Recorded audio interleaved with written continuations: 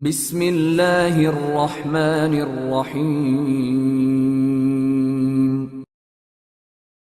It happened in the time of Sayyidina Umar, actually, when he was going to Sham. He was going to Sham is these days like Syria and Palestine and Jordan.